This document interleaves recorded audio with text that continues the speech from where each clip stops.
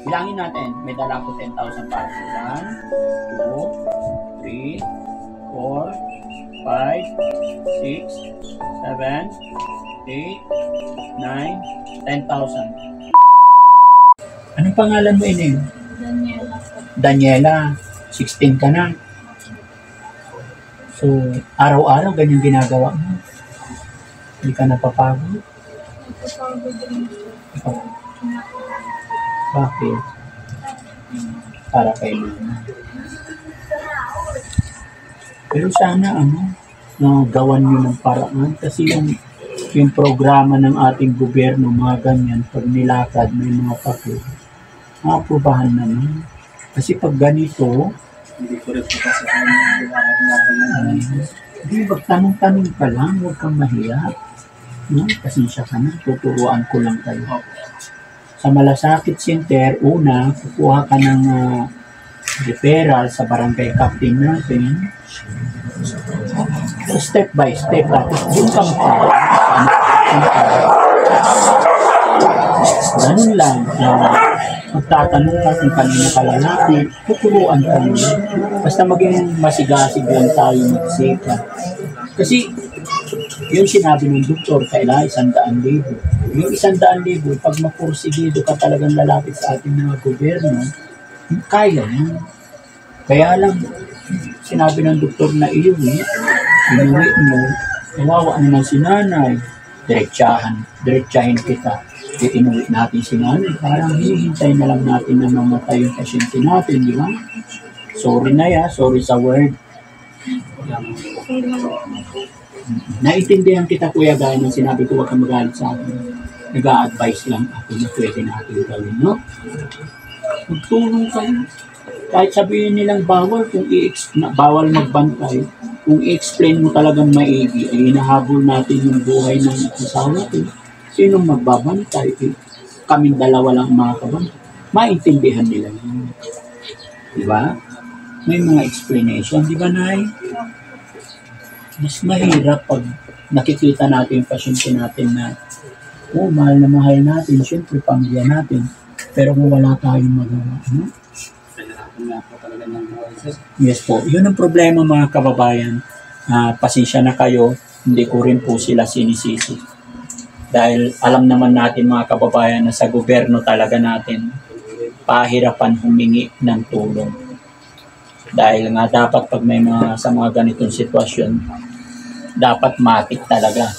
Alam naman orkan nakita ng government natin na walang kakayahan. Dapat talaga matik. Shoulder na. Kasi kung sa pondo, meron naman eh. Diba? Pero minsan kasi, sa pamilya din, kailangan talaga masigasig na maglakad, no? Sige, Nay, ha? Salamat at nakilala ko kayo. Huwag lang tayo mawala ng pag-asa.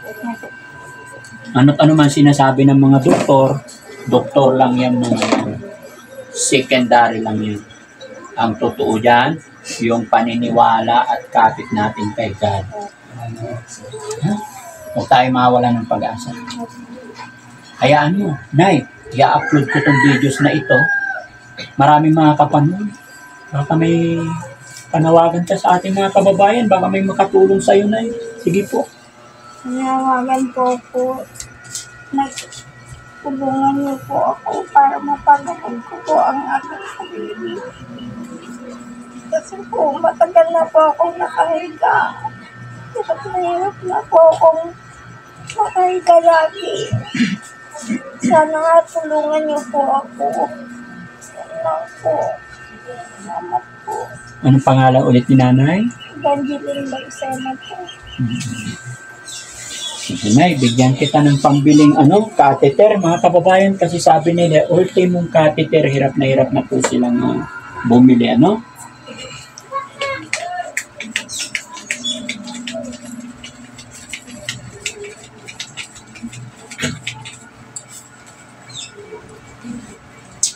Nay, sana makatulong to.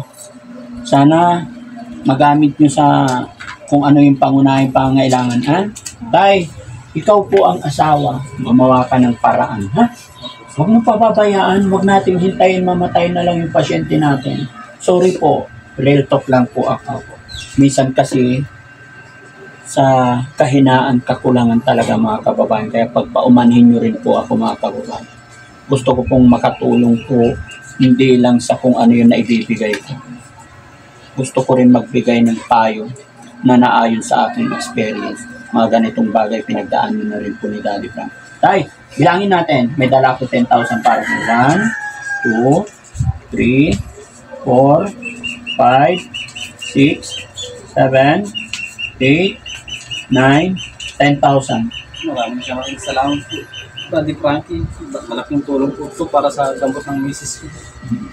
Maraming salamat Hanggang po. po sa mga kwan niya, Hanggang kailangan sa niya. mga dietary po. Hanggang po sa kwanta, problema ko po kung kasi talagang na naman, yung pong gamot niya, yung gamot niya po sa sugat sa likod na naman. Wala kami may bili na naman. Laban lang bro. Maraming Ramdam salamat kita. po, Daddy Frankie. Laban lang. Kaya mo yan. Lalaki ikaw, ikaw ang tatay. Huwag mong ipakita sa mga anak mo, sa asawa mo, na panghihinaan ka. Kay God lang tayo may pag-ugnayan lagi, ano? Hindi bibigay ni God yan kung hindi mo kaya. Bilang ama, gaya na sinabi ko, pakatatag ka. Maraming salamat po. Ikaw din nak, ha? Pakabait ka. Pakamamahalin mo yung nanay mo. Ano masasabi mo? Nakatanggap kayo ng blessing today? Salamat po, Daddy Frankie. Malaking tulong na po ito. Pambili po ng gamot. Diaper, catheter po, Daddy Frankie. Maraming salamat po. Walang ano na. Pag-blessing. Ito. Blessing po yan from our God. Amen. Thank you po. Nay, ilang taon ka nang nakahiga dyan? Alam ko. Oh, ay, 1 taon may git? Di ba sa loob na 1 taon, Nay, hindi mo naman siguro naramdaman na pinabayaan ka ng anak mo at asawa mo. Naman po. Ano ang masasabi mo kay tatay na kahit ganyan nangyari sa'yo, hindi ka niya pinabayaan? Maraming salamat. Kasi hindi niya ako pinabayaan. Lahat ko ng pangangailangan ko po. Pagkain, binibisan po ko. Lahat po. Kaya po gumagawa. Yung mga anak ko po, pag wala yung asawa ko, kaya sila din po ang nag-aasikaso sa akin. Lalo na po pag wala yung asawa ko po.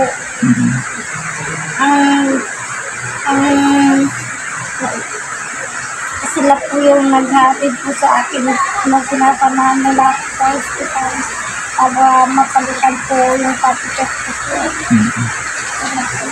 Nay, laban lang. No?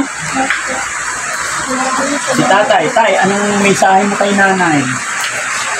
Na, patagal mo pa para mapapapag ang bayan sa harapan. Sabi natin lahat para sa palitan. Salamat lang. Okay? Ayan mga kababayan, mga kabarangay. Muli po'y nakatulong tayo sa ating mga kababayan, sa ating kabayan, sa pamilyang ito na natagpuan ng Team Daddy Frankie. Kaya na aking sinabi mga kababayan, hindi po magagawa ni Daddy Frankie po ito kung hindi po sa tulong at suporta ninyo. Kaya mga kababayan, sakali po na nagustuhan mo yung ginagawa or pagka-charity ni Daddy Frankie, paki-share naman po at paki-heart ang mga upload videos natin. Maraming salamat. Magandang gabi po sa atin lahat. Ganon din sa ating mga kababayan OFW, mga kababayan natin na nasa ibang bansa. Magandang araw, magandang buhay po sa atin lahat. Thank you po.